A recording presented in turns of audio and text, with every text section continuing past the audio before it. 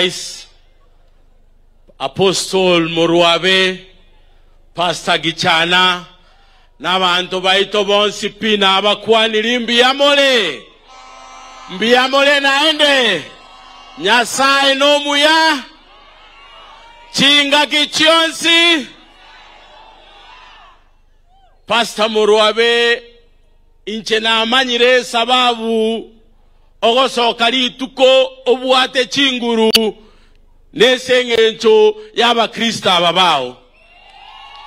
Inche na atarire chikanisa chinyinge lakini ekanise yao neyengencho mono.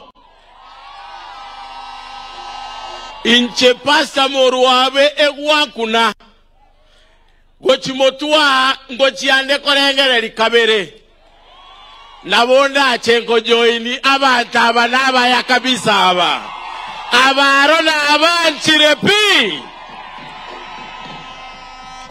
Mheshimiwa Rais, mimi nilikuwa naambia watu waokoke, Bwana Yesu anakuja. Mheshimiwa Rais, mimi nataka kukushukuru kwa sababu umekuja Kisii.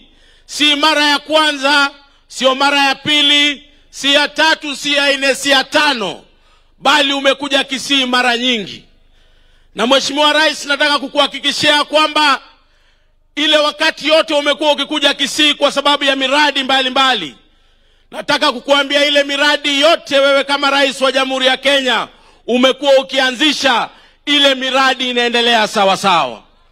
Tunakushukuru kwa sababu ya hii cancer center ambayo ilikuwa imekwama, sasa inaendelea. Tunakushukuru Rais kwa sababu ya masoko zetu ambazo zinaendelea katika constituency zote za hapa Kisii. Tunakushukuru kwa sababu ya affordable housing ambazo zinaendelea hapa Kisii.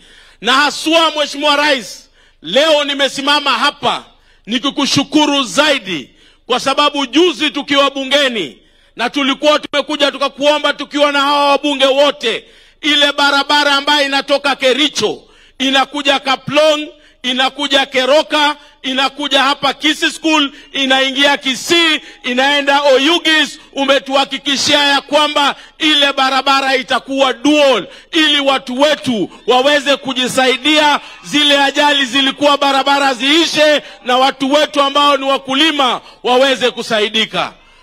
Mheshimiwa Rais, kwa hayo ambayo sisi unatufanyia kama Wakisii, tunataka kukuhakikishia, na tunajua haya hauyafanyi hapa Kisii peke yake, unafanya nchi nzima, kila mahali. Mimi nimekuwa na wewe, tumezunguka na wewe nchi hii, kila kona ya nchi hii inapata maendeleo.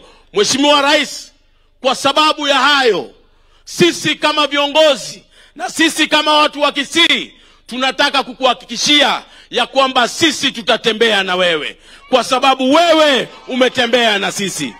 Waswahili wanasema akufaaye kwa dhiki ndiye nini? Akufaaye kwa dhiki ndiye nini?